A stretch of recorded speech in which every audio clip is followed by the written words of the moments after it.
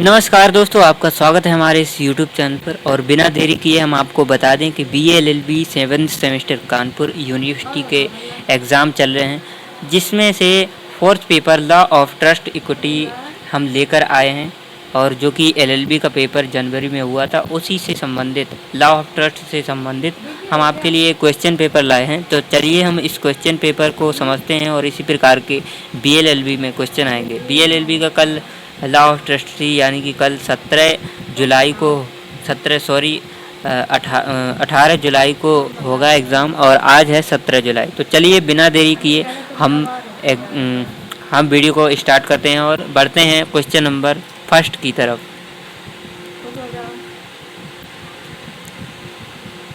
Question number पहला है कि विधि प्रणाली को साम्य जनित क्यों जाना जाता था। इसका सही आंसर होगा कि कॉमन लॉ के न्याय के विकल्प एवं संशोधन के लिए साम्य जनित जाना जाता था। और क्वेश्चन नंबर 2 है कि अर्ल ऑफ ऑक्सफोर्ड मामले का क्या महत्व है। तो यहाँ पर सही आंसर है कि जहाँ कॉमन लॉ एवं साम्य के बीच मतभेद है, वहाँ साम्य प्रभावी होगी और उनके सिद्धांत की स्थापना के रूप में। दोस्तों, हम कहीं कहीं इंग्लिश भी यूज़ करेंगे ताकि जो इंग्लिश मीडियम के बच्चे हैं उनको समझने में थोड़े आसानी हो, ताकि उन्हें और ना लगे। चलिए क्वेश्चन नंबर 3 की तरफ बढ़ते हैं कि कौन सा अधिनियम इक्विटी कोर्ट एवं कॉमन लॉ कोर्ट के मध्य प्रशासन एवं एकीकरण के लिए जिम्मेदार था। इसका सही आंसर है कि द जुडिशियल एक्ट 1873 से 1875 तक। चलिए क्वेश्चन नंबर 4, निम्न में से कौन सा कथन साम्य के कार्य, साम्य यानी कि इसको इक्विटी बोलते हैं, इक्विटी के कार्य को बेहतर ढंग से परिभाषित करता है। तो इसमें ऑप्शन है कि ए और बी दोनों। चलिए ए और बी को हम समझ लेते हैं कि साम्य को हम बोलेंगे यहाँ पर इक्विटी कॉमन लॉ नियमों के कठोर प्रयोग से उत्पन्न कठिनाइयों को दूर करने के लिए दखल देती है। सामान्यतया इक्विटी व्यक्तिगत तथ्यों पर नज़दीकी रूप से ध्यान देती है। क्वेश्चन नंबर 5 है कि पेन वर्सेज लॉर्ड बाल्टीमोर का मामला निम्न में से कौन सा साम्यक सूत्र को प्रदर्शित करता है। तो इसका सही आंसर है कि साम्य की क्रिया व्यक्ति से संबंध रखती है, यानी कि इक्विटी की जो क्रिया है वो व्यक्ति से संबंधित रखती है। क्वेश्चन नंबर 6, इक्विटी का सूत्र इक्विटी की अपेक्षा करने वाले को स्वयं भी इक्विटी का व्यवहार करना चाहिए, किस तरह के व्यवहार से संबंधित है। और इसका सही आंसर है कि दावा करने वाले के भविष्य के आचरण को, जो दावा करता है उसको करने वाले भविष्य के आचरण को इससे संबंधित है। क्वेश्चन नंबर 7, सूत्र को पूर्ण करिए। जो इक्विटी है, इक्विटी और इज के बीच में क्या आएगा, तो इक्वेलिटी इज हो जाएगा। तो इक्वेलिटी इसका सही आंसर है। क्वेश्चन नंबर हम 8 की बात करेंगे। निम्न में से किस न्यायालय में जुडिशियल एक्ट 1873 से 1875 द्वारा साम्यक उपचार प्रदान किया जाता था। तो इसका सही आंसर है, सभी जो तीनों ऑप्शन है वो सही हैं। Common law courts, the chancery courts, the house of Lord. Question number 9 की तरफ बढ़ेंगे। विलंब साम्य को पराजित करता है, सूत्र किस सिद्धांत को व्यक्त करता है। इसका सही आंसर है असावधानी का सिद्धांत, the doctrine of laches. Number 10, Jeremy Bentham का सिद्धांत बहुजन साचय पर आधारित है। इसका सही आंसर है ए, उपयोगिता के सिद्धांत पर, principle of utility. Question number 11 की हम बात करेंगे। निम्न में से कौन साम्यक उपचार नहीं है। Which of the following is not an equitable remedies. इसका सही आंसर है कि क्षतिपूर्ति जो है वो साम्यक उपचार नहीं है। क्वेश्चन नंबर 12 की तरफ बढ़ेंगे। साम्य का उद्देश्य क्या है। What is purpose of equity. इसका सही आंसर है कि कॉमन लॉ के अन्याय को समन करने और उस पर चमक लाने का इसका उद्देश्य है। क्वेश्चन नंबर 13 की बात करेंगे कि निम्नलिखित में से कौन साम्यक सूत्र नहीं है। तो इसमें फोर्थ ऑप्शन सही है, साम्य रूप को देखती है और आशय को नहीं। यह बिल्कुल गलत ऑप्शन है, इसलिए इसी को सही किया गया क्योंकि इसी में गलत ही ऑप्शन पूछा गया है। बाकी सब आप तीनों ऑप्शन पढ़ सकते हैं जो कि आपके काम आ सकते हैं। अगले जो कल एग्ज़ाम है चेंज भी हो सकता है। साम्य किसी अपकृत्य में अपचार विहीन नहीं रहने देगी। साम्य की क्रिया व्यक्ति से संबंध रखती है और साम्य जो किया जाना चाहिए उसी को किया गया मानती है। क्वेश्चन नंबर हम 14 की तरफ बढ़ते हैं। निम्नलिखित में से कौन 3 संभावनाएं बनाती हैं? 3 जो संभावनाएं हैं वो ट्रस्ट इक्विटी तब होता है जब आशय, विषय और उद्देश्य की तीनों संभावनाएं हों। सबसे पहले इंटेंशन, उसके बाद सब्जेक्ट और उसके बाद ऑब्जेक्ट। क्वेश्चन नंबर 15 की बात करेंगे। निम्नलिखित में से कौन कॉमन लॉ शब्द का अर्थ नहीं है? इसका सही आंसर है संसद द्वारा विधि का निर्माण किया जाता है। ये बिल्कुल इसमें नहीं लाया जाएगा, इसलिए ये बिल्कुल इसमें गलत है, इसलिए इसमें गलत ऑप्शन पूछा गया है, इसलिए सी सही है। बाकी आप 2 ऑप्शन पढ़ सकते हैं, ये आपके काम आएंगे। मामले से संबंधित न्यायाधीश विधि बनाता है, बिल्कुल सही। इंग्लैंड की विधि प्रणाली जिस पर आधारित है, हाँ ये भी इसके काम आएगा। और क्वेश्चन नंबर हम 16 की बात करेंगे। निम्न में से कौन सा देश कॉमन लॉ विधि प्रणाली धारित नहीं करता? इसका सही ऑप्शन है फ्रांस। फ्रांस जो है वो कॉमन लॉ विधि प्रणाली को पारित नहीं करता। बाकी आप पढ़ सकते हैं कि यूएसए, ऑस्ट्रेलिया, इंग्लैंड, ये तीनों जो देश हैं वो इस कॉमन लॉ को पारित करते हैं। और क्वेश्चन नंबर 17 की तरफ बढ़ेंगे कि संवैधानिक विधि संदर्भित करता है। यह आपको बिल्कुल मालूम होगा कि विधि संसद द्वारा विधान के माध्यम से बनाई जाती है, तो इसलिए ये ऑप्शन बिल्कुल सही हो गया। अगले क्वेश्चन की तरफ बढ़ते हैं। अगला क्वेश्चन है 18। उक्ति आंग्ल विधि प्रणाली का आशय क्या है?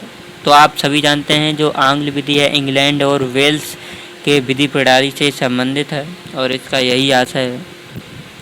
क्वेश्चन नंबर 19 की अगर हम बात करेंगे तो निम्न में से कौन सा साम्यक सूत्र यानी कि कौन सा साम्यक सूत्र बंटवारों के बाद में प्रस्तुत किया गया? इसका सही ऑप्शन है कि इक्विटी की शरण में आने वाले को निर्मल हाथों से आना चाहिए। क्वेश्चन नंबर 20 की बात करेंगे। यदि इक्विटी के प्रयोग के दृष्टिकोण से सिद्धांतों को देखा जाए तो अत्यंत महत्वपूर्ण सिद्धांत क्या है?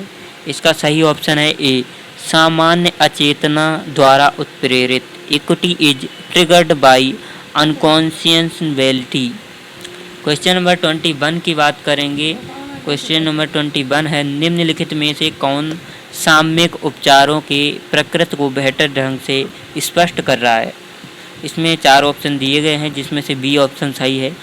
बी ऑप्शन में बताया गया है कि वे प्राकृतिक विवेक अधीन होती हैं और कॉमन लॉ उपचार की उपलब्धता तथा पर्याप्त पर निर्भर करती है। नेक्स्ट क्वेश्चन की हम बात करेंगे 22। साम्यक प्रतिकर के संदर्भ में निम्न में से कौन गलत है? इसमें सही ऑप्शन हम सबसे पहले देख लेते हैं। विलंब साम्य को पराजित करता है, बिल्कुल सही। साम्यक प्रतिकर के दावे की म्याद को आगे बढ़ाया जा सकता है, बिल्कुल सही। और तीसरा ऑप्शन है युक्त दूरदर्शिता क्षति निर्धारण का मात्रा की कसौटी है जिसका प्रतिकर दिया जाए, ये बिल्कुल गलत है, इसलिए इसमें गलत ऑप्शन पूछा गया है, इसलिए ये सी ऑप्शन सही है आपका। क्वेश्चन नंबर हम 23 की बात करेंगे। विधि प्रणाली में कब जाना जाता है कि इक्विटी का अस्तित्व है? इक्विटी हम साम्य को बोल रहे हैं, तो विधि प्रणाली में कब जाना जाता है कि इक्विटी का अस्तित्व है? विधि प्रणाली में तब जाना जाता है जब कॉमन लॉ में अन्याय के अनुपूरक एवं संशोधन के लिए विकल्प के रूप में to supplement and modify the injury of the common law. Question number हम 24 की बात करेंगे। साम्य का प्राथमिक स्रोत क्या है? तो इसका सही आंसर है कौन साइंस, यानी कि अंतःकरण सद्विवेक। क्वेश्चन नंबर 25 है साम्य रूपी आंग्ल विधि को, इसका ऑप्शन ए सही है, बिल्कुल। भारतीय विधान पालिका द्वारा काफ़ी हद तक अपनाया गया है। साम्य को जो है विधायिका जो विधान पालिका है उसके द्वारा ये अपनाया गया, काफ़ी हद तक इसके कानून जो हैं उसमें लागू हैं। तो इसका ए ऑप्शन बिल्कुल सही है। अब क्वेश्चन नंबर हम 26 की बात करेंगे। विधि प्रसंगति एवं साम्य के बीच मतभेद की स्थिति में न्यायालय द्वारा अपनाया जाएगा, वो क्या अपनाया जाएगा? चलिए, इसका ऑप्शन बी सही है, विधिक प्रसंगति। Text of law, text of law यानी कि विधि प्रसंगति एवं साम्य के बीच मतभेद की स्थिति में विधि प्रसंगति को अपनाया जाएगा।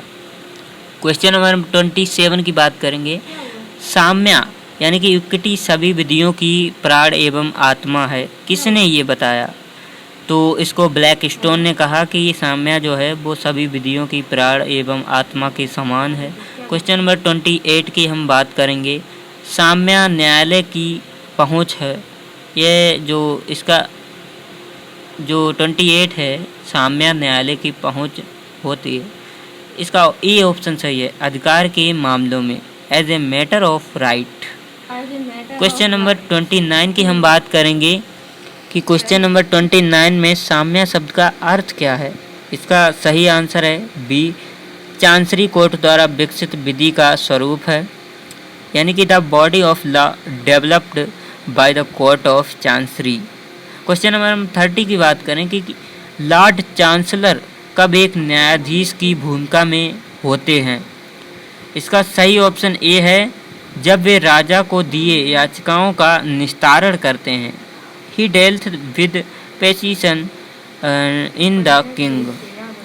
क्वेश्चन नंबर हम 31 की बात करेंगे कि अर्ल ऑफ ऑक्सफोर्ड के मामले का क्या महत्व है? इसका सही आंसर होगा कि इसमें स्थापित किया गया है कि साम्य कॉमन लॉ पर प्रभावी है। इसमें स्थापित किया गया है कि साम्य कॉमन लॉ पर प्रभावी है। क्वेश्चन नंबर हम 32 की बात करेंगे।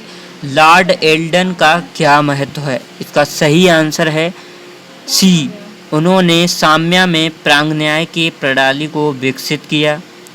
जो लॉर्ड एल्डन का महत्व है, उन्होंने साम्य में प्रांग न्याय की प्रणाली को विकसित किया। और क्वेश्चन नंबर 33 की बात करेंगे कि निम्न में से कौन सा मामला इक्विटी विधि का अनुसरण करती है, सूत्र से संबंधित है? इसमें दोनों मामले जो हैं वो अनुसरण करते हैं इक्विटी का।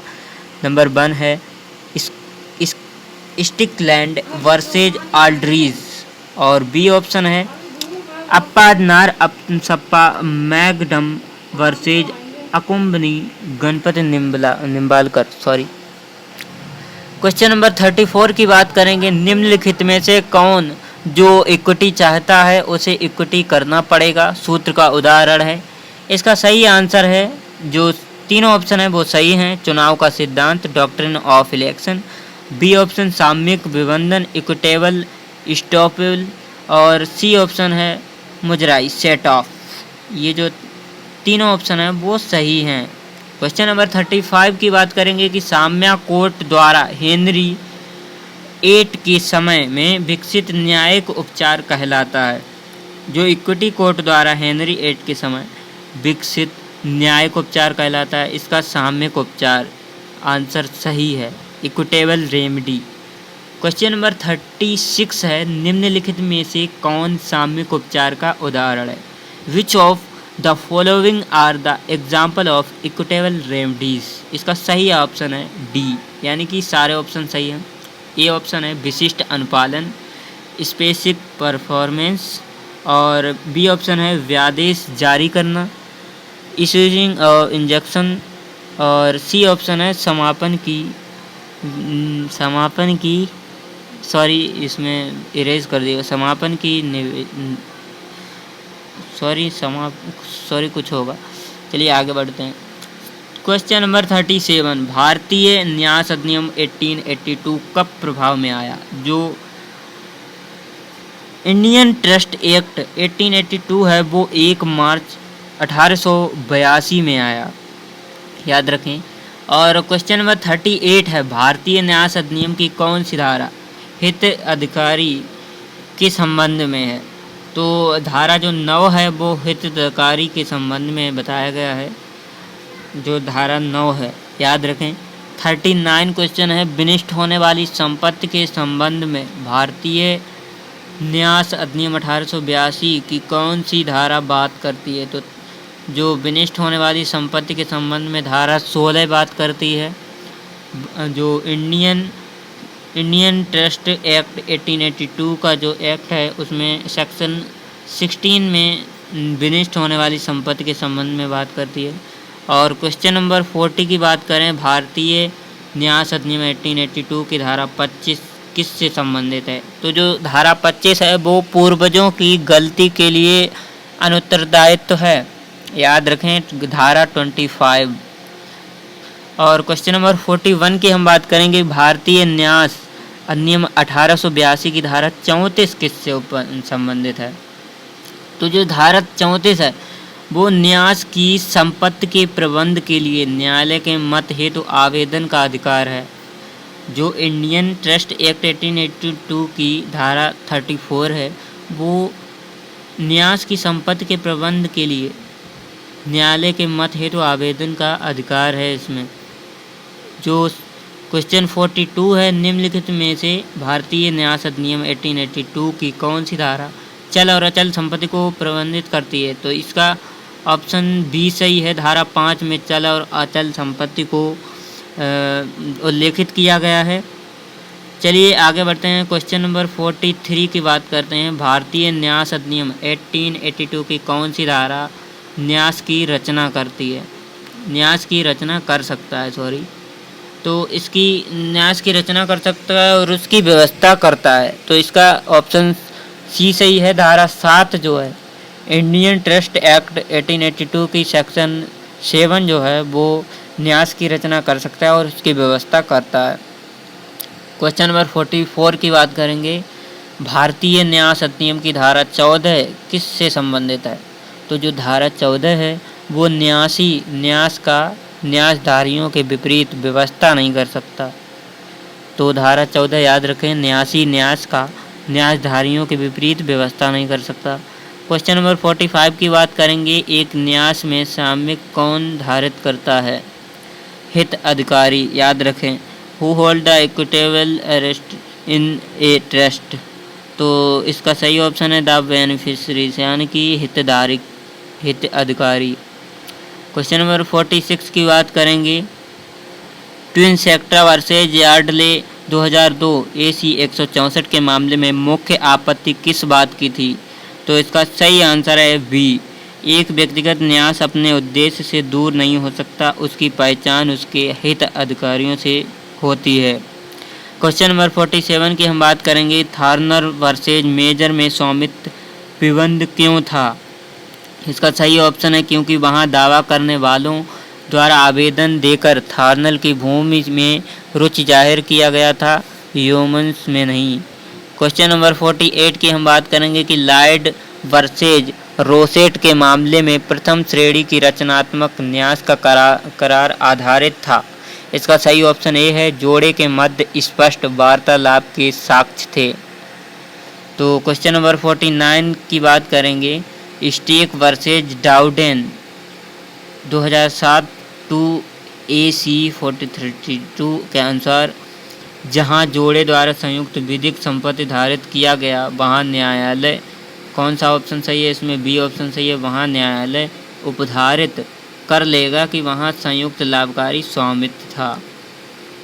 क्वेश्चन नंबर 50 की बात करेंगे, निम्नलिखित में से कौन विधिक खैराती न्यास है? इसका सही ऑप्शन है अपने रिश्तेदारों की गरीबी दूर करने के लिए गठित न्यास, ये बिल्कुल विधिक खैराती न्यास है। तो दोस्तों इस वीडियो में हम ओनली 50 क्वेश्चन की ही बात रखेंगे क्योंकि वीडियो ज़्यादा लंबा हो जाएगा, इसलिए बहुत बहुत धन्यवाद आपका यहाँ पर बने रहने के लिए और बेस्ट ऑफ लक। कल आपका एग्ज़ाम है तो एग्ज़ाम के लिए ये क्वेश्चन थोड़ा तैयार कर लें तो आपके एग्ज़ाम में आ सकते हैं। तो बाकी के 50 क्वेश्चन हैं वो हम अभी नेक्स्ट वीडियो में आपको बता देंगे। थैंक यू सो मच बने रहने के लिए और चैनल को सब्सक्राइब करना बिल्कुल मत भूलिएगा। Thank you so much, bye bye, take care.